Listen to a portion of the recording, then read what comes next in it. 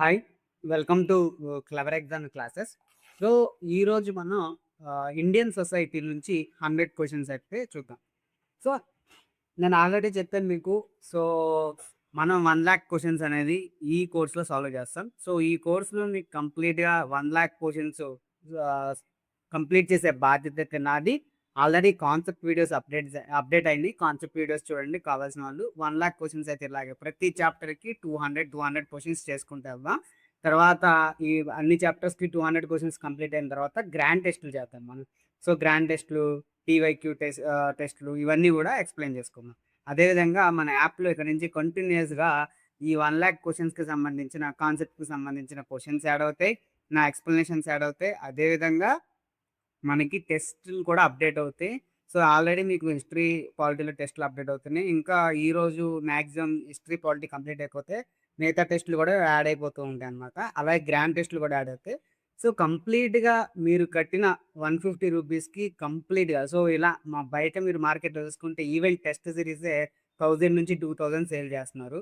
అదేవిధంగా ఎప్పుడో రికార్డ్ చేసిన వీడియోస్‌ని 499కి అలా సేల్ చేస్తున్నారు. కానీ మనది అలా కాదు డైనమిక్ కోచింగ్ అన్నమాట. సో, ఈ 1,00,000 క్వెషన్ కాన్సెప్ట్ కూడా మనం ఎందుకు పెట్టామంటే, ఈ క్వెషన్స్ ద్వారా మనం కాన్సెప్ట్ అర్థం చేసుకుంటామని. సో, లేట్ చేయకుండా స్టార్ట్ చేద్దాం. సో, ఫస్ట్ మనం ఇండియన్ సొసైటీ ఒక్కొక్క చాప్టర్ కంప్లీట్ చేసుకొని వెళ్దాం. ముందు ప్రిలిమ్స్ వచ్చేసి కంప్లీట్ చేద్దాం.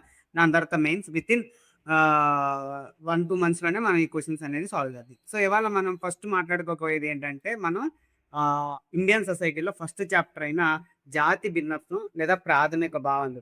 జాతి భిన్నత్వం మరియు వివక్ష అంటే రేసిజం చాప్టర్ గురించి మాట్లాడుకుందాం. ఓకే. సో, ఇందులో మనం ఫస్ట్ క్వెషన్ చూస్తే సో, క్వెషన్ స్టార్ట్ చేయే ముందు మీకు ఇంకొక రిక్వెస్ట్ నా తరపు నుంచి ఏంటంటే క్లాసెస్ అనేది కంప్లీట్‌గా చూడండి. స్కిప్ చేయకండి. కాన్సెప్ట్ వీడియోస్ కూడా చూడండి. గతంలో అంటే గత దీనికంటే ముందొచ్చిన గ్రూప్ 2 నోటిఫికేషన్‌లో కాన్సెప్ట్ వీడియోస్ ద్వారానే మనలో మన కోచింగ్ తీసుకున్న చాలా మంది ప్రిలిమ్స్‌కి, మెయిన్స్‌కి సెలెక్ట్ అయ్యారన్నమాట.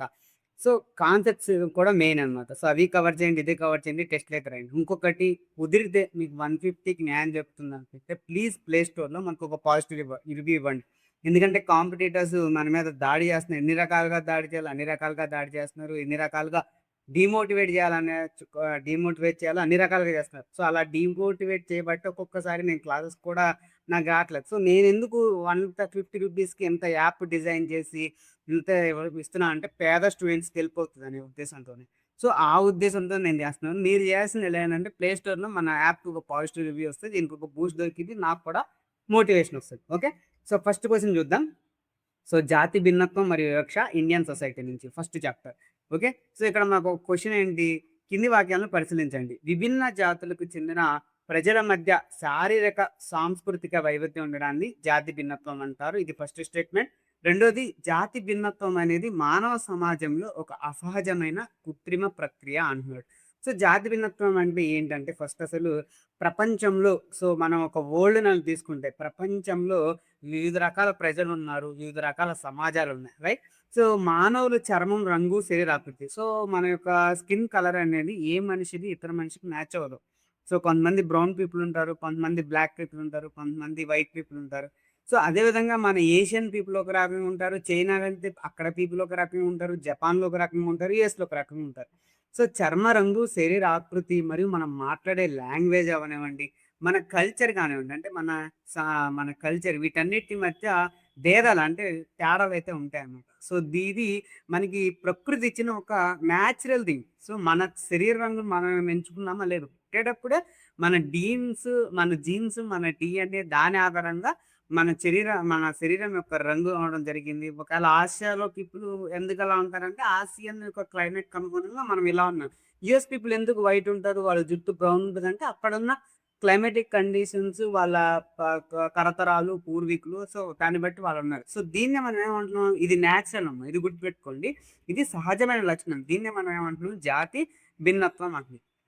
సో, ఇది ఎలా వచ్చింది? ఇది ఆది మానవుడు పుట్టిన కాటి నుంచి కూడా ఈ డిఫరెన్సెస్ అనేవి ఉన్నాయి. సో, ఈ మానవ పరిణామ క్రమంలో ఏర్పడ్డ ఒక్కొక్క ప్రాంతంలో ఒక్కొక్క వాతావరణ పరిస్థితి అవనివ్వండి, వాళ్ళ పూర్వీకుల డీఎన్ఏలు అవనివ్వండి. సో, ఇవన్నీ నేచురల్‌గా వచ్చింది. సో, దీన్నే మనం ఏమంటున్నాం? జాతి భిన్నత్వం అంటున్నాం. సో, ఇక్కడ ఏమంటున్నాడు? వివిధ జాతులకు చెందిన ప్రజల మధ్య సాంస్కృతిక, శారీరక రైట్? సో, ఇక్కడ మనకు మ్యాచ్ అయింది. మన యొక్క ఆచార సాంప్రదాయాలు, మన యొక్క శారీరకంగా జా వైవిధ్యం అంటే డిఫరెన్స్ ఉండడాన్ని మనం జాతి భిన్నత్వం అంటున్నాం. ఈ స్టేట్మెంట్ కరెక్ట్. కానీ జాతి భిన్నత్వం అనేది మానవ సమాజంలో ఒక అసహజమైన అంటే అన్‌న్యాచురల్ అయితే కాదుగా. ఇది ప్రకృతి శరీర రంగు అనేది మనకు ప్రకృతి ఇచ్చింది. అదే విధంగా ఇదొక న్యాచురల్ ప్రక్రియ. సో ఇది ఏమి ఆర్టిఫిషియల్ కాదు, అన్‌న్యాచురల్ కాదు. సో ఈ స్టేట్మెంట్ అనేది రాంగు. సో మనకు ఆన్సర్ ఏంటి? ఏ. ఒకటి మాత్రమే. సో కొంతమంది ఇంగ్లీష్ మీడియం అంటున్నారు. నేను ఇంగ్లీష్‌లో గూడా క్లాసెస్ ఎక్స్‌ప్లెయిన్ చేస్తాను. You can easily understand. Okay. So ఇప్పుడు సెకండ్ క్వెషన్ రాద్దాం. ఫస్ట్ క్వెషన్ మీకు క్లారిటీ వచ్చిందనుకుంటా. సెకండ్ క్వెషన్ చూద్దాం. జాతివాదం దీన్ని మనం రేసిజం అంటాం. సో జాతివాదం అనే భావనకు సంబంధించి కింది వాక్యాలను పరిశీలించండి అని ఇచ్చాడు. సో ఒక జాతి శారీరకంగా, సాంస్కృతికంగా ఇతరుల కంటే తామే గొప్ప అని భావించడము జాతివాదం. ఇంకోటి జాతివాదం అనేది కేవలం సానుకూల భావాలను మాత్రమే పెంపొందిస్తుంది. సో మీకు సింపుల్‌గా చెప్పాలంటే సో, ఇక్కడ మన ఇండియన్ కండిషన్స్‌కి తీసుకుంటే, సో, యాక్చువల్‌గా మనకి ట్రైబల్ పీపుల్ ఉంటారు. సో, వాళ్ళని కొంతమంది ఎలా ట్రీట్ చేస్తారు? ఇండియాలో ఫర్ ఫర్ ఎగ్జాంపుల్ ట్రైబల్ వరకు వద్దు. ఇండియాలో మనం అరుణాచల్ ప్రదేశ్ గాని, సిక్కిం ప్రజలు, సో, ఈ అస్సాం ప్రజలు గాని వస్తే ఏంటంటే, వాళ్ళు కొంచెం చైనీస్ బోర్డర్‌కి దగ్గరగా ఉండడం వల్ల వాళ్ళ యొక్క టెక్స్చర్ అక్కడ ఒక వాతావరణ పరిస్థితులు అవనివ్వండి. సో, వాళ్ళు ఎలా ఉంటారంటే కొంచెం చైనీస్ లాగా ఉంటారు. సో, వాళ్ళని చూడంగానే రీసెంట్‌గా గూడా నేను విన్న పదం ఏంటంటే, వాళ్ళని చూడంగానే ఒక అతను ఎక్కిరించేదేంటంటే చైనీస్ అని ఒకళ్ళంటారు. నార్త్ సైడ్ మీరు ఢిల్లీ ఎళ్తే వాళ్ళు ఎళ్తే అక్కడ రేసిజం కనపడుతది వాళ్ళ మీద. ఏమంటారు? నా చైనీస్ అంటారు. ఇంకొకళ్ళేమో చౌమీన్ అని పిలుస్తారు. అంటే నూడిల్స్ చేసుకొని, ఫ్రైడ్ రైస్ చేసుకునేవాళ్ళని పిలుస్తూ ఉంటారనమాట. సో, చాలా తప్పది. ఇది నార్త్ సైడ్‌లో కనపడుతుంది. ఈ మధ్య ఈ సంస్కృతి మన తెలుగు రాష్ట్రాల్లో గూడా చాలా మంది వెక్కిరిస్తున్నారు. అది చాలా తప్పు. సో, దీన్నే మనం రేసిజం అంటాం. ఫర్ ఎగ్జాంపుల్ యూఎస్ పీపుల్‌ని తీసుకుంటే యూఎస్ వాళ్ళు ఏం చేస్తారు, మనం వెళ్తే మనల్ని బ్రౌన్ కలర్, బ్లాక్ కలర్ అని అంటా ఉంటారు. అలాగే బ్లాక్ పీపుల్‌ని కూడా వేరుగా చూస్తూ ఉంటారన్నమాట. సో, దీన్నే మనం అంటున్నాం రేసిజం. దీన్నే ఏమంటున్నాం రేసిజం. దీన్నే జాతివాదం అంటారు తెలుగులో. ఓకే. ఒక జాతి శారీరకంగా, సాంస్కృతికంగా ఇతరుల కంటే తామే గొప్ప అని భావించడం జాతివాదం. యూఎస్ పీపుల్‌ని తీసుకుంటే వాళ్ళేంటి బ్లాక్ పీపుల్ గాని, బ్రౌన్ పీపుల్ గాని వాళ్ళకంటే తక్కువ అనే అనుకుంటారు. సో మన దగ్గర కూడా కొంతమంది ట్రైబల్స్ వాళ్ళొస్తే, ట్రైబల్స్‌ని మనం అలాగే ట్రీట్ చేస్తూ ఉంటారు కొంతమంది. సో, దీన్నే మనం జాతి అహంకారం లేదా జాతివాదం అంటామనమాట. సో, జాతివాదం అనేది సో, ఇప్పుడు మనం మీకు జాతివాదం గురించి క్లియర్‌గా తెలిసింది కదా! రేసిజం గురించి. ఇప్పుడు రెండోది చూడండి స్టేట్‌మెంట్. జాతివాదం అనేది కేవలం సానుకూల భావాలను అంటే ఓన్లీ పాజిటివ్ యాటిట్యూడ్ అంటే పాజిటివ్ బిహేవియర్‌ని ఇస్తుందా? లేదు. జాతివాదం అనేది చాలా తప్పు. దీనిలో పాజిటివిటీ కంటే కూడా టోటల్‌గా 99% నెగటివిటీయే కనిపిస్తుంది. So, statement 2 is wrong. Statement 1 is correct. దానికి సరైన జవాబు ఏంటి? ఏ. చూడండి ఇక్కడ తన జాతి ఇతర జాతి కంటే అన్ని విధాలుగా అంటే మేధోపరంగా, శారీరకంగా, సాంస్కృతికంగా సో, ఈ మూడిట్లో గూడా వేరే జాతితో పోలిస్తే మా జాతి గొప్పది అని అహంకారత పూరితమైన అంటే ఏదైతే అహంకారంగా ఉంటామో దాన్నే జాతివాదం అంటారు. సో, ఈ అహంకారం వల్లే చాలామంది ఏం చేస్తారు మిగతా జాతుల్ని అంటే మిగతా గ్రూప్స్‌ని ఏం చేస్తారంటే తక్కువగా చూడడం చూసి వాళ్ళ మీద వివక్ష చూపిచ్చడం జరుగుతుందన్నమాట. ఫర్ ఎగ్జాంపుల్ అరుణాచల్ ప్రదేశ్ పీపుల్‌ని చూస్తే ఈవెన్ వాళ్ళు మంచి పొజిషన్‌లో ఉన్న ఒక మంచి గవర్నమెంట్ ఉద్యోగం చేస్తున్న వాళ్ళనేమంటారు వీళ్ళు చూడండి నార్త్ సైడ్ ఒకవేళ వాళ్ళైతే చౌమీన్ చేసుకునేవాళ్ళు లేదా ఫ్రైడ్ రైస్ చేసుకునేవాళ్ళు అని అంటుంటారనమాట. సో, ఇది ఒక అహంకారంతో మనం మాట్లాడామన్నమాట. సో, ఇది సమాజంలో ఏం చేస్తది సో, వాళ్ళు వింటారు. ఒక్కొక్క రోజు ఏంటి తిరుగుబాటు అనేది జరుగుతుంది.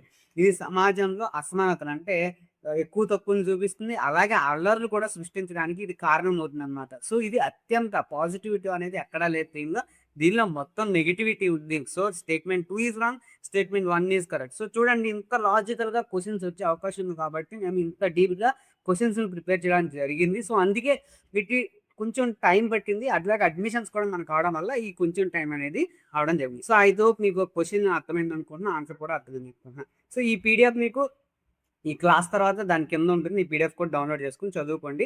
సో, మీ ప్రింటబుల్ అయితే ప్రింటబుల్ కూడా తీసుకోవచ్చు. కానీ 100 పేజీలు ఉంటాయి. So, it is waste. So, ఆన్‌లైన్‌లోనే ప్రాక్టీస్ చేసుకోండి పీడిఎఫ్ చదువుకుంటా. ఓకే.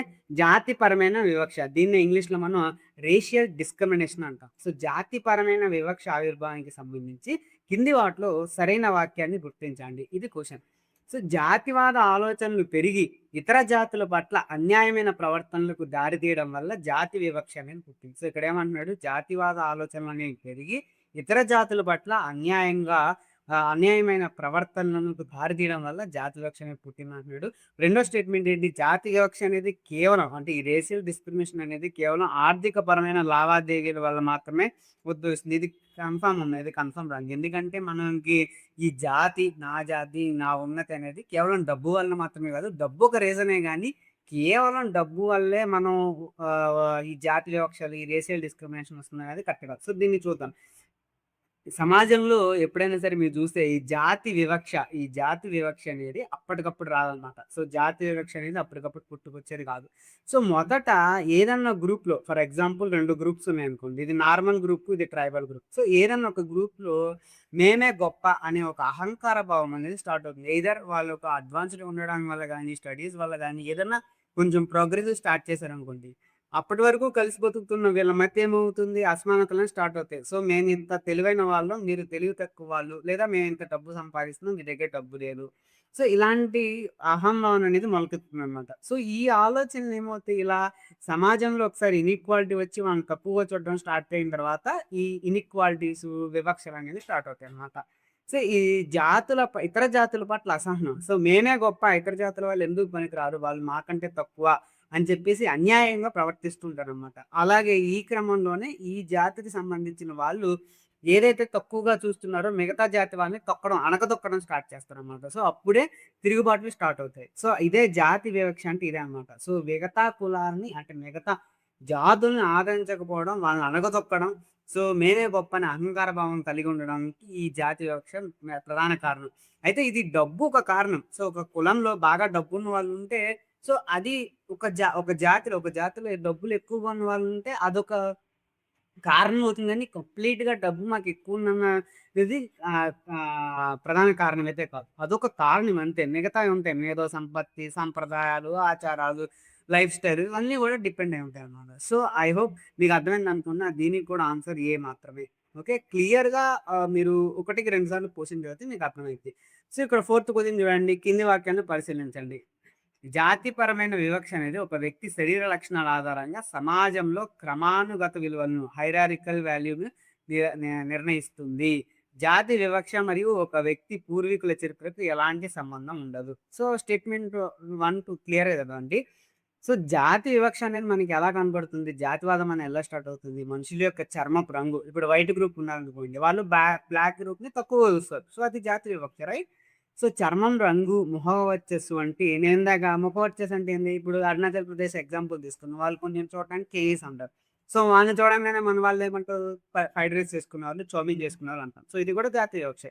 అంటే మన యొక్క చర్మం యొక్క రంగు, మన యొక్క ముఖవర్చస్సు, మన యొక్క బాహ్య ఏదైతే మన శరీరం యొక్క లక్షణాలుంటాయో, సో, ఆ లక్షణాలను బట్టి మన పూర్వీకుల టైం నుంచి ఏమొస్తుంది? 2 రకాలుగా డివైడ్ చేయడం జరిగింది. ఉన్నత వర్గాలు, నిమ్న వర్గాలని. మనకి వేద కాలంలోనే కనపడుతది. బ్రాహ్మణ, క్షత్రియ, వైశ్య, శూద్ర అని. సో, ఎక్కడ కలర్ ఆధారంగా అక్కడ ఎలా చేశారు? కలర్ ఆధారంగా చేశారు. అదేవిధంగా వాళ్ళు పుట్టిన ఏదైతే సొమ్ము ఉంటదో దాని ఆధారంగా చేశారు. అదే విధంగా ఇంకా అలా చేశారు. వాళ్ళు చేసే వృత్తిని బట్టి కూడా చేశారు. కానీ మనకి సింధు నాగరికత టైంలో గాని, తొలివేద నాగరికతలో గాని ఈ డిఫరెన్సెస్ లేవు. కానీ మలివేద నాగరికతలో అంటుకున్న ఈ జబ్బు ఇప్పటికి కూడా మనకి కంటిన్యూ అవుతుందన్నమాట. సో, ఇది ఒక జబ్బనే చెప్పుకోవాలి. జాతి వివక్ష అనేది అత్యంత భయంకరమైన జబ్బు. ఇండియాలో కుల వివక్ష ఉంటే ఫారిన్ కంట్రీస్ కూడా ఏం తక్కువ కాదు. ఫారిన్ కంట్రీస్‌లో ఏకంగా చర్మం రంగు మీదే జాతి వివక్ష. White people, black people. Okay. ఈ ప్రపంచంలో అన్ని చోట్ల ఉన్న జబ్బిది. సో, జాతి వివక్షలో మనుషులు వారి చర్మపు రంగు, ముఖ వర్చస్సు, బాహ్య శారీరక లక్షణాలు. సో, వీటి ఆధారంగా ఉన్నత మరియు నిమ్న వర్గాలుగా 2 వర్గాలుగా విభజిస్తారు.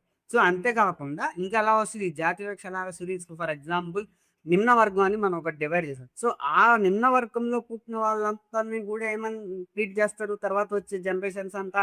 సో, మీరు నిమ్న వర్గం కాబట్టి మీ పూర్వీకులు నిమ్న వర్గం కాబట్టి మీరు గూడా తక్కువ జాతికి చెందినవారే. మేము ఉన్నత జాతిలో పుట్టాము. మా పూర్వీకులు ఉన్నత జాతికి చెందినవారు కాబట్టి మేము కూడా ఉన్నత వాళ్ళమే. సో, ఇక్కడేమన్నాడు ఫస్ట్‌ది మీకు ఇప్పుడు కాన్సెప్ట్ అర్థమైందనుకుంటున్నా. జాతిపరమైన వివక్ష అనేది ఒక వ్యక్తి శరీర లక్షణాల ఆధారంగా సమాజంలో క్రమానుగత అంటే సమాజంలో ఉన్నత వర్గం, నిమ్న వర్గం ఆధారంగా అలాగే శరీర లక్షణాల ఆధారంగా ఈ జాతిపరమైన వివక్ష అనేది స్టార్ట్ అవుతుందంటే యెస్. అవును. దానికి కరెక్టే. రెండోదంటే జాతి వివక్ష మరియు ఒక వ్యక్తి పూర్వీకుల చరిత్రకి ఎలాంటి సంబంధం ఉండదు. ఎందుకుండదు? ఇప్పుడు ఉన్నత వర్గానికి చెందిన వ్యక్తి జాతిలో ఒక వ్యక్తి పుట్టాడంటే అతన్నేమంటారు? ఉన్నత వర్గానికి చెందినవాడు అంటారు. అంతేగాని అతన్ని తీసుకొచ్చి నిమ్న వర్గం వాడు అనరు కదా! సో, పూర్వీకుల చరిత్రకైతే ఖచ్చితంగా సంబంధం ఉంటుంది. So, statement 1 is correct. Statement 2 is wrong. Okay. Next fifth question చూద్దాం. ఐ హోప్ మీ అందరికీ అర్థమవుతుందని అనుకుంటున్నాను నేను. సో, ఫిఫ్త్ క్వెషన్ చూడండి. జాతి అంటే రేస్ అంటాం. సో, జాతి అనే జీవ సంబంధమైన అస్తిత్వానికి సంబంధించి కింది వాక్యాలను పరిశీలించండి అన్నాడు. ఫస్ట్‌దేంటి జాతివాదులు శారీరక లక్షణాలతో పాటు తెలివితేటలు, నైతికత కూడా వంశపారంపర్యంగా వస్తాయని నమ్ముతారు. సో, ఈ జాతివాదులు ఏమంటారంటే మా యొక్క శరీర లక్షణం అంటే మా ఫాదర్, మదర్ ఉన్నత వర్గంలో పుట్టారు. లేదా వాళ్ళ యొక్క కలర్ వైటు, నా కలర్ కూడా వైటే వస్తది.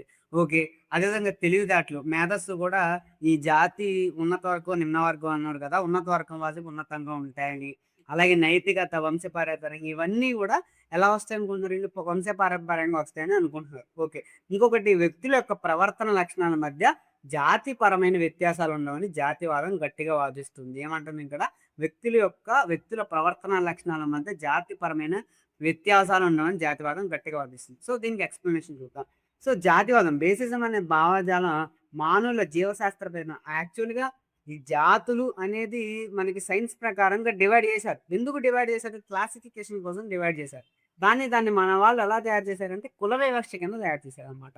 సో, ఈ జాతివాదం అనే భావజాలం మానవులు జీవశాస్త్రమైన జాతులుగా విభజిస్తుందన్నమాట. ఫర్ ఎగ్జాంపుల్ ఏషియాలో హోమోసేపియన్స్ ఉండేవాళ్ళు. ఇంకో చోటేమో ఆహ్, వేరే జాతి వాళ్ళు ఉండేవాళ్ళు. హోమోసేపియన్స్ కాకుండా ఇంకో జాతి ఉండేది. సో, అలా డివైడ్ చేసుకున్నారు. కానీ ఇక్కడ ఫైనల్‌గా అవుట్‌పుట్ అనేది డిఫరెంట్ వచ్చింది. సో, కేవలం శారీరక లక్షణాలు ఫర్ ఎగ్జాంపుల్ హోమోసేపియన్ ఉన్నాడనుకోండమ్మా.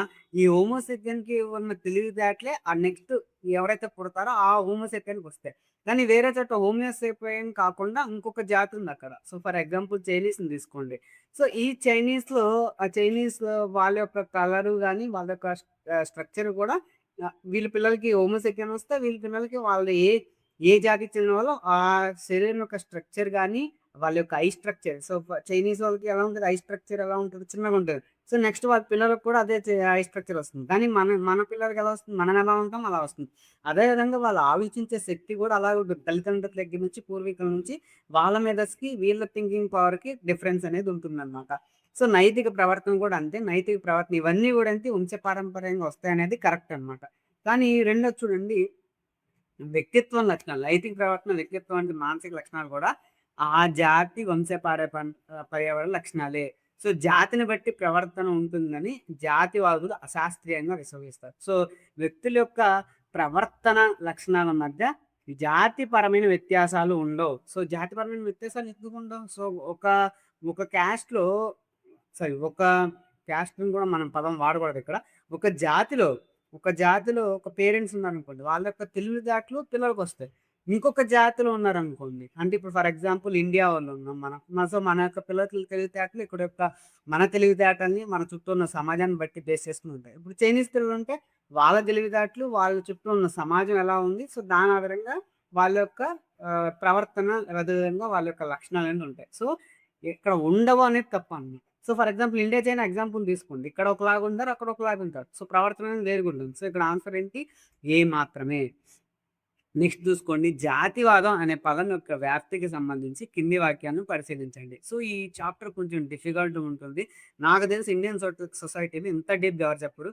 థియరీ నేర్చుకోవడం వల్ల యూజ్ లేదు. థియరీ ఎన్ని సార్లు థియరీ ప్రాక్టికల్స్‌కి రావాలి కదా! సో, మనం అప్లికేషన్ చేయాలి. ఆ క్వెషన్స్ ద్వారా మనం కాన్సెప్ట్‌ని గ్రాప్ చేసుకోవాలి. సో, ఇది చూడండి జాతివాదం అనే పదం యొక్క వ్యాప్తికి సంబంధించి కింది వాక్యాలను పరిశీలించండి అన్నాడు. సో, జాతివాదం అనే పదం కేవలం వ్యక్తుల మధ్య జరిగే శారీరక దాడులకు మాత్రమే పరిమితం.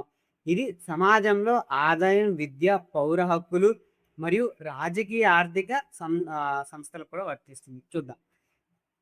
సో, ఆధునిక సామాజిక శాస్త్రం ప్రకారం జాతివాదం కేవలం వ్యక్తిగత ద్వేషం లేదా భౌతిక దాడులకు మాత్రమే కాదు. సో, జాతివాదం ఏదైతే మనం జాతుల మధ్య విభేదాలను చూపించి కొట్టుకుంటున్నారో, జాతివాదం అంటే అదొక్కటే కాదన్నమాట. అంటే అల్లర్లు సృష్టించడం దానికని కాదు. ఇది వ్యవస్థాగతంగా వ్యాపించి ఉంటుంది. ఇది మన పూర్వీకుల చరిత్రను తెలియజేస్తూ ఉంటుంది. సమాజంలో ఆదాయం పంపిణీ కూడా దీనికి డిపెండ్ అయి ఉంటుందన్నమాట. సో, ఒక వర్గంలో ఎక్కువ మంది విద్యావంతులు ఉన్నారనుకోండి ఒక జాతిలో. సో, తర్వాత జనరేషన్స్ ఏంటి చదువుకుంటారు. అదే ఒక వర్గంలో భూస్వాములు అంటే ఒక జాతిలో భూస్వాములు ఎక్కువగా ఉన్నారు. అంటే ల్యాండ్ లార్డ్స్ ఎక్కువున్నారు. సో, తర్వాత ఏమైంది వాళ్ళ పిల్లలకు కూడా ఆ ల్యాండ్ లార్డ్స్ అనేవి సక్రమిస్తాయి. అంటే జాతి వివక్ష లేదా జాతివాదం అనేది కేవలం గొడవలు సృష్టించడానికి ఏదో భౌతిక దాడులు మాత్రమే కాదు. దీనిలో ఆదాయ పంపిణీ ఉంటుంది. విద్యా వ్యవస్థ ఉంటుంది. విద్యా అవకాశాలు ఉంటాయి. అలాగే పౌర హక్కులు ఉంటాయి. ఫర్ ఎగ్జాంపుల్ ఒక ఫ్యామిలీని తీసుకోండి. పాలిటిక్స్‌లో ఉందంటే నెక్స్ట్ జనరేషన్స్ కూడా పాలిటిక్స్‌లోకి ఎంటర్ అవుతాయన్నమాట. అలాగే ఆర్థిక సంస్థలకు కూడా. సో, ఏదైతే ఆర్థిక సంస్థలు ఉంటాయో చట్టపరమైన సంస్థల్లో కూడా నిర్దిష్ట జాతులకు జరిగే అన్యాయాలను వివరించడానికి కూడా జాతివాదం అనే పదాన్ని విస్తృతంగా ఉపయోగిస్తారు. సో, నేను చెప్పింది మీకు అర్థమైందనుకోండి ఈ క్వెషన్‌లో. సో, జాతివాదం అంటే మనం ఇండివిడ్యువల్‌గా కొట్టుకోవడం కాదు. నీది ఆ జాతి, నాది ఈ జాతి అని అక్కడ మాత్రమే కొట్టుకోవడానికి కాదనమాట. సో, ఆదాయ పంపిణీలో గాని, సో, ఫర్ ఎగ్జాంపుల్ కొన్ని జాతుల్లో ఆదాయం ఎక్కువ ఉంటుంది. కొన్ని జాతుల్లో తక్కువ ఉంటుంది. కొన్ని జాతుల్లో విద్యా అవకాశాలు ఎక్కువ ఉంటాయి. సో, నెక్స్ట్ జనరేషన్స్ చదువుకుంటాయి. ఇంకొన్ని జాతుల్లో విద్యా హక్కులే ఉండవు. వెనకబడిపోయి ఉంటారు. కొంతమంది కొన్ని జాతుల్లో పౌర హక్కులు, పొలిటికల్‌గా యాక్టివ్‌గా ఉంటారు. ఇంకొన్ని జాతులు అసలు పాలిటిక్స్‌లోకి ఎంటర్ అవ్వరు. కొన్ని జాతుల్లో ఆర్థిక సంస్థలు అంటే లోన్స్ అంటే ఈ ఆర్థిక వ్యవహారాలు గాని ఇవన్నీ బలంగా ఉంటాయి. కొన్ని ఆటిల్లో ఉండవనమాట. సో, వీటన్నిటిలో జరిగే అన్యాయాలను వివరించడానికి. సో, ఆ జాతివాదం అనేది కేవలం శరీర రంగు బట్టి దాడులు చేస్తుందనే కాదు, ఇలా జరిగే అన్యాయాలను కూడా వివరిస్తుంది అని చెప్పేసి బి అంటుందనమాట. So, answer is B. Okay. So, ఇక్కడేమన్నాడు శారీరక దాడులకు మాత్రమే పరిమితం. శారీరక దాడులు జరుగుతాయంటే ఓకే. కానీ కేవలం శారీరక దాడులకు మాత్రమే పరిమితం అంటున్నాడు ఏలో ఫస్ట్ స్టేట్మెంట్‌లో. కాబట్టి అది రాంగ్. ఓకే. మీరు క్వెషన్స్ ఒకసారి మళ్ళీ చదివితే మీకు క్లారిటీ వచ్చేస్తుంది. సో, జాతి అహంకారం రేషియల్ అరోగెన్స్ ఆర్ రేసిజం మరియు జెనోఫోబియా ఈ పదాలకు సంబంధించి జెనోఫోబియా అనేది రీసెంట్‌గా యూపీఎస్సీలో కూడా అడిగాడు దీనికి సంబంధించిన క్వెషన్. ఓకే. సో, జాతి అహంకారం మరియు జెనోఫోబియా సంబంధించి కింది వాక్యాలను పరిశీలించండి అంటున్నారు. సో, ఈ 2 పదాలు సమాజంలో వేరు వేరు సందర్భాల్లో అతివ్యాప్తి అంటే ఓవర్‌లాప్ అవుతాయి అంటున్నారు. ఇంకొకటి జాతి అహంకారం అనేది ప్రధానంగా భౌతిక లక్షణాల ఆధారంగా చూపించే వివక్షను చూపిస్తుంది. సో, చూద్దాం దీని ఎక్స్‌ప్లనేషన్. జాతి అహంకారం మరియు జెనోఫోబియా అనేది రెండిటికి చాలా దగ్గర సంబంధం కలిసి ఉంటుందన్నమాట. సో, తరచుగా మనం ఇప్పుడు ఫారెన్‌లో చూస్తే ఆ జాతి అహంకారం అంటే రేషియల్ డిస్క్రిమినేషన్‌కి బదులుగా జెనోఫోబియా అనే పదాన్ని కూడా వాడుతున్నారు. సో, జెనోఫోబియా అంటే ఏంటంటే అది ఎలా ఉంటుందంటే బయట నుంచి ఎవరైనా వ్యక్తి వచ్చారంట.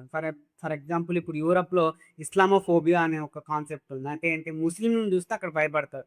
సో, ఎందుకంటే అక్కడ కొంతమంది ముస్లిమ్స్ ఎక్కడో 99% 100% ముస్లిమ్స్‌లో ఎక్కడో 1% చేసిన మిస్టేక్ అంటే ఆ బాంబ్ బ్లాస్ట్‌లు గాని అక్కడ యూరోప్‌లో జరిగిన దాని వల్ల ఇప్పటికి కూడా యూరోప్‌లో ఇస్లామోఫోబియా అనేది ఉంటుందన్నమాట. సో, ఇలాంటి టైప్స్ ఆఫ్ ఫోబియాస్‌ని అంటే ఒక వ్యక్తిని చూసి భయపడటం, లేదా ఒక వ్యక్తి ఎవరైనా బయట నుంచి వస్తే ఇతను బయటవాడని వేరు చేయడం. సో, ఇలాంటి ఫోబియాస్‌ని జెనోఫోబియా అంటారు. సో, ఈ జెనోఫోబియాకి జాతి అహంకారానికి రెండిటికి దగ్గర సంబంధం ఉంది అంటాం. సో, ఎందుకంటే ఫస్టు ఈ జెనోఫోబియాలో ముస్లిం వ్యక్తిని చూసి భయపడ్డారనుకోండి. ఇది ఎగ్జాంపుల్ తీసుకోండి. సో, ఆ ముస్లిం వ్యక్తి ఎటువంటి తప్పు చేయకపోయినా అతన్ని చూసి భయపడతారు. ఎందుకంటే ఆల్రెడీ జరిగిన ఇన్సిడెంట్స్ వల్ల. సో, ఎవరో 1% 100% ముస్లిమ్స్‌లో 99% అనేది టాప్ మంచిగా ఉంటారు. సో, 1% ఎక్కడో తేడా జరగడం వల్ల సో, ఆ 1% వల్ల ఈ 100%ని ఈ 99 మిగతా 99%ని చూసినప్పుడు భయపడతా ఉంటారన్నమాట. సో, ఈ భయం తర్వాత ఏమవుతుంది జాతి అహంకారానికి దారితీస్తుందన్నమాట. సో, అతన్ని దూరంగా పెట్టడం, అతన్ని చీప్‌గా చూడడం ఇలాంటివి జరుగుతా ఉంటాయన్నమాట. సో, ఈ జాతి అహంకారానికి, జెనోఫోబియానికి దగ్గర సంబంధం ఉంది. ఈ రెండిటికి ఒకదాని ఒకదాని బదులు ఒకదానికి కూడా పదాలు అంటే ఓవర్‌లాప్ కూడా చేస్తూ ఉంటారు. ఇంకొకటి రెండేంటంటే అయితే వీటి మధ్య ఈ జాతి అహంకారం మరియు జెనోఫోబియా మధ్య ఒక చిన్న స్మాల్ భేదమైతే ఉంది. ఏంటంటే జాతి అహంకారం అనేది మనం ఏదైతే జాతి అహంకారం అంటామో అది మనుషుల చర్మపు రంగు, వాళ్ళ యొక్క ఆకృతి. ఫర్ ఎగ్జాంపుల్ చర్మపు రంగు అంటే మనకు తెలుసు కదా!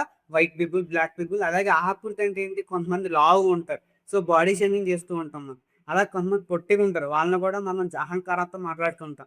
సో, శారీరక ఆకృతి వంటి భౌతిక లక్షణాల ఆధారంగా చూపించే వివక్ష. అయితే జెనోఫోబియా అనేది ఏంటి స్థానికత్వం. నేను చెప్పా కదా! లైక్ ఇస్లామోఫోబియా ఇంకొకటి బయట నుంచి వేరే కంట్రీ నుంచి ఇప్పుడు చైనా నుంచి మన కంట్రీకి ఒకళ్ళొచ్చి ఉన్నారనుకోండి. మనం అతన్ని మనలో తొందరగా కలుపుకోం చాలామంది. ఎందుకంటే చైనీస్ నుంచి వచ్చాడు, ఏదైనా వైరస్ తీసుకొచ్చాడా ఏంటి? సో, ఇలా కలుపుకోమన్నమాట. సో, ఇలాగా అంటే కలుపుకోవాల్సిన అవసరం లేదు. కాకపోతే ఇక్కడ నేను ఎగ్జాంపుల్ చెప్తున్నా. స్థానికత్వం ఆధారంగా చూపించే విషయం మన జెనోఫోబియా అంటున్నాం. సో, ఆన్సర్ ఏంటంటే ఇక్కడ బోత్ 1 అండ్ 2 2 కూడా కరెక్టే. ఓకే. 2 స్టేట్మెంట్స్ కూడా కరెక్టే. So, next స్టేట్మెంట్‌కెళ్ళిపోదాం. జెనోఫోబియా అనే భావనకు సంబంధించి సరైన వాక్యాన్ని గుర్తించండి. జెనోఫోబియాలో మనకు ముఖ్యంగా ఈ జాతి భిన్నత్వం మరియు జాతి వివక్షకు సంబంధించిన దానిలో జెనోఫోబియా క్వెషన్స్ ఖచ్చితంగా ఈసారి గ్రూప్ 2 ఎగ్జామ్‌లో ఉంటుంది. సో, జెనోఫోబియా గురించి మనం ఖచ్చితంగా ఆ కాన్సెప్ట్ నేర్చుకోవాలి. ఈ క్వెషన్స్ కూడా గుర్తుంచుకోవాలి. సో, జెనోఫోబియా అనే భావనకు సంబంధించి సరైన వాక్యాన్ని గుర్తించండి అంటున్నాడు. సో, ఇది సొంత సమాజానికి చెందిన వ్యక్తుల మధ్య జరిగే అంతర్గత కుల వివక్షను తెలియజేస్తుంది. రెండోది విదేశీయుడు లేదా వేరే సమాజం నుంచి వ్యక్తిని స్థానికుడు కాదు అనే భావన చూపిస్తే వివక్షది. సో, ఆల్రెడీ మనం ఇంతకుముందు క్వెషన్‌లో చూసినట్టు ఏదైనా బయట నుంచి వ్యక్తి వచ్చాడు. సో, ఫర్ ఎగ్జాంపుల్ చైనా నుంచి మన దేశానికి వచ్చినప్పుడు ఆ వ్యక్తి మనం స్థానికుడు కాదు.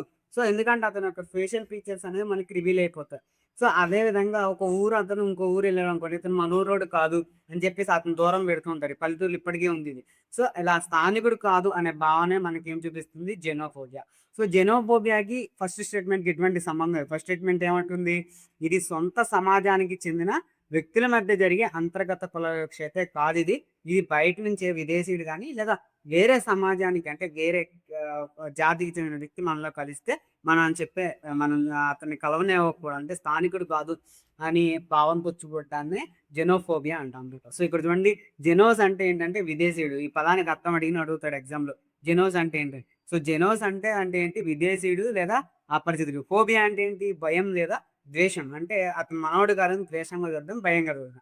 సో, జెనోఫోబియా అంటే బయట ప్రాంతం నుంచి వచ్చిన లేదా వేరే దేశాల నుంచి వచ్చిన అపరిచితులను చూసి భయపడటం. వారి తమ సమాజానికి చెందినవారనే కాదనే వివక్షతో చూడడం. సో, ఇది స్థానికులు వర్సెస్ విదేశీయులు. సో, ఇది ముఖ్యంగా దేని మీద డిపెండ్ అయి ఉంటది? లోకల్ వర్సెస్ నాన్ లోకల్ అమ్మ జెనోఫోబియా. సో, మీకు లోకల్, నాన్ లోకల్ కనపడితే వెంటనే జెనోఫోబియా అని గుర్తించాలి. సో, ఇక్కడ మనకి statement B only correct. Okay. Next ninth question చూడండి. జాతి వివక్ష ఫలితాలకు సంబంధించి కింది వాక్యాలను పరిశీలించండి. జాతి వివక్ష ఫలితాలకు సంబంధించి కింది వాక్యాలను పరిశీలించండి. జాతి వివక్ష కారణంగా సమాజంలో అసమానతలు, సామాజిక బహిష్కరణ చోటు చేసుకుంటాయి. Yes correct. మనం జాతి వివక్ష ఒక జాతి ఇంకొక జాతి పట్ల వివక్ష చూపించింది. మీరు తప్పు జాతి వాళ్ళు లేదా మీరు తప్పు జాతి వాళ్ళు మీరు ఈ వస్తువులు వాడకూడదు. ఈ వాటర్ వాడకూడదు. సో, మీ గోల్డ్ మూవీస్ చూసుంటే ఈ వివక్ష అనేది క్లియర్‌గా చూపించుంటారు. మీరు రీసెంట్‌గా 'పలాస' మూవీ ఒకటొచ్చింది గదా! 1996 సంథింగ్ 'పలాస' మూవీ. సో, దానిలో గూడా క్లియర్‌గా ఒక బావి గురించి గొడవ జరిగిందక్కడ. సో, కొంతమంది వ్యక్తులు అక్కడ స్నానం చేయడం చేయకూడదని ఇంకో కులం వాళ్ళంట. సో, ఇదంతా ఏమవుతుంది? మీకు చూడండి సమాజంలో అసమానతలు రేకిస్తుందా లేదా? లేకిస్తుంది. ఇంకొకటి సామాజిక బహిష్కరణ చేశారా? సో, మీరు ఈ నూతిని వాడకూడదని సామాజిక బహిష్కరణ జరిగిందా లేదా అక్కడ? జరిగింది. So, statement A is the correct. రెండోదేంటి? జాతి వివక్ష అనేది కేవలం పాశ్చాత్య దేశాలకి పరిమితమైన సమస్య. ఆసియా దేశాలు ఇది కనిపించదని రాంగ్. అమెరికాలో గూడా అంటే పాశ్చాత్య అంటే ఫారిన్ కంట్రీస్‌లో గూడా ఉంది. ఫారిన్ కంట్రీస్‌లో వైట్, బ్లాక్ అనే 2 ఇద్దరు పీపుల్ ఉంటారు. ఇద్దరి మధ్య వివక్షలున్నాయి. వైట్ పీపుల్, బ్లాక్ పీపుల్‌ని చాలా చులకనగా చూస్తారు. అలాగే మీరు యూరప్‌కెళ్తే ఈవెన్ బ్రౌన్ పీపుల్ అంటే మనల్ని గూడా తేడాగా చూస్తున్నారు అక్కడ. So, white, black plus brown ఒక కేటగిరీలో ఏసారు. వైట్ ఆఫ్ పీపుల్స్ ఉంటారనమాట. సో, ఇది రాంగ్. సో, ఇండియాలోను ఉంది. అటు ఫారిన్ కంట్రీస్ అంటే ఇక ఏషియన్ కంట్రీస్‌లో ఉంది. ఫారిన్ కంట్రీస్‌లో కూడా ఇది ఉంది. So, statement B is wrong. Only statement A is correct. Okay. Statement A is correct. So, ఇక్కడ చూడండి జాతి వివక్ష వల్ల నిర్దిష్ట వ్యక్తులకు సమాజంలో సమాన అవకాశాలు లభించవు. కరెక్ట్ అది. వారు సామాజికంగా బహిష్కరణ గురవుతారు. యెస్. వాళ్ళని సామాజికంగా బహిష్కరించడం జరుగుతుంది. కొన్నిసార్లు తీవ్రమైన హింస, కొట్లాటలు జరిగినప్పుడు తీవ్రమైన హింస జరుగుతుంది. అయితే ఇది కేవలం పాశ్చాత్య దేశాలకు మాత్రమే పరిమితం గాదు. అంటే ఫారిన్ కంట్రీస్‌కి మాత్రమే పరిమితం గాదు. ఇది ప్రపంచవ్యాప్తంగా వివిధ రూపాలుంది. అంటే ఒక్కొక్క కంట్రీ ఒక్కో టైప్‌లో ఉంటుంది. ఇక్కడ మన దగ్గరికొస్తే ప్రధానంగా జాతి వివక్షకు కారణం ఏంటి ఇండియాలో? కుల వివక్ష అనమాట మనకిక్కడ. ఓకే. కానీ ఇటు చైనా గాని అటు సైడ్ వెళ్తే వాళ్ళ యొక్క సమాజంలో వాళ్ళ యొక్క వంశపారంపర్యంగా జాతి వివక్ష ఉంటుంది. అంటే వాళ్ళ ఉన్నతమైన కుటుంబమా లేదా నిమ్న కుటుంబమా అలా ఉంటుంది. సో, మీకు యూఎస్‌లోకెళ్తే కలర్ వైస్‌గా ఉంటుందనమాట. సో, ఇండియాలో గూడా మనకి కుల వివక్ష రూపంలో ఉంది. ఆసియాలోని ఇతర దేశాల్లో వర్ణ వివక్ష రూపంలో మనకి వ్యాపించి ఉంది. సో, ఇదొక సార్వత్రిక సమస్య. అంటే ప్రపంచవ్యాప్తంగా ఉన్న సమస్య అని చెప్పుకోవచ్చు. సో, నెక్స్ట్ క్వెషన్ చూడండి. ప్రపంచవ్యాప్తంగా జాతి వివక్ష రూపాలకు సంబంధించి కింది వాటిని జతపరచండి అంటున్నాడు. సో, ఐ థింక్ ఇక్కడ ఆప్షన్స్ కరెక్ట్‌గా లేవు. బట్ మీరు అడ్జస్ట్ చేసుకోండి ఇది. అమెరికా ఒకటి, ఏ అమెరికా, బి దక్షిణాఫ్రికా, 3 భారతదేశం. ఓకే. సో, ఇచ్చినవేంటి? వర్ణ వివక్ష, కుల వివక్ష అండ్ తెల్ల జాతి అహంకారం. సో, ఫస్ట్ ఆఫ్ ఆల్ మనకి ఇక్కడ ఫైండ్ ఔట్ అవ్వాల్సింది అమెరికా అనంగానే మనం అక్కడ ఫైండ్ ఔట్ చేయాల్సింది వైట్ పీపుల్ అండి. సో, ఇండియా అనంగానే మనం అక్కడ ఫైండ్ ఔట్ చేయాల్సింది అక్కడ కులం గురించి ప్రస్తావన సో, భారతదేశం అనంగానే మనకి కులం రావాలి. అంటే సి అనేది 2. సో, సి అనేది 2 అనేది నాకిక్కడ కనపడుతుంది కదా! చూడండి. సి2 ఇక్కడుంది. సి2 ఇక్కడుంది. సో, 2 స్టేట్‌మెంట్‌లు. సో, ఈ 2 అయితే మనకి అయిపోయింది. సో, ఈ 2 స్టేట్‌మెంట్‌లు చూసుకోవాలి. ఇంకొకటి ఇంకొక బండగుర్తు ఏంటి అమెరికా అంటే మనకి తెల్ల జాతి అహంకారం కనబడింది. సో, ఏ3 ఓకే. ఇది మన ఆప్షన్. సో, ఇది కాదు. సో, ఆన్సర్ ఇది ఏ. సో, అమెరికా అంటే ఏంటి? తెల్ల జాతి అహంకారం. దక్షిణాఫ్రికా అంటేనేమో మనకి వర్ణ వివక్ష. సో, అక్కడ గాంధీజీ బ్లాక్ అంటే గోధుమ రంగు అంటే బ్రౌన్ పీపుల్ లేదా బ్లాక్ పీపుల్‌ని వివక్ష చూస్తారు. గాంధీజీని అందుకే మనకి అక్కడ ట్రైన్ నుంచి నెట్టేయడం జరిగింది. ఇంకా భారతదేశం అంటే యాజ్ యూజువల్‌గా చెప్పుకోవచ్చు. ఇక్కడ కుల వివక్ష ఎక్కువగుంటుందనమాట. సో, జాతి వివక్ష అనేది ప్రపంచంలో ఒక్కో ప్రాంతంలో ఒక్కో రూపంలో బయటపడుతుంది. సో, అమెరికాలో మనకేంటి నల్ల జాతీయుల మీద తెల్ల జాతీయులు ఎక్కువగా అహంకారం చూపిస్తూ ఉంటారు. వాళ్ళ మీద పెత్తనం చెలాయిస్తూ ఉంటారు. దక్షిణాఫ్రికాలో చారిత్రకంగా ఇప్పటికి లేదు. కానీ చారిత్రకంగా ఎప్పటినుంచి ఉన్నదేంటంటే వర్ణ వివక్ష. అంటే కలర్ బట్టి అక్కడ వివక్ష చూపిస్తూ ఉంటారు. మన బాడీ కలర్ బట్టి. అలాగే భారతదేశంలో మనకి శతాబ్దాలుగా కొనసాగుతున్న ఇంకా ఉన్న కుల వివక్ష, క్యాస్ట్ డిస్క్రిమినేషన్ అంటాం. సో, ఇవన్నీ మానవ అస్తిత్వాన్ని తక్కువ చేసే జాతి వివక్ష విభిన్న రూపాలు. సో, ఇక్కడికి వరకు మీకు క్లియర్‌గా ఈ క్వెషన్ వరకు క్లియర్‌గా అర్థమైందనుకుంటున్నా. ఒకసారి ఈ పీడీఎఫ్‌ని గూడా ఒకసారి మళ్ళీ మనం రివైజ్ చేయండి. ఓకే. Next question.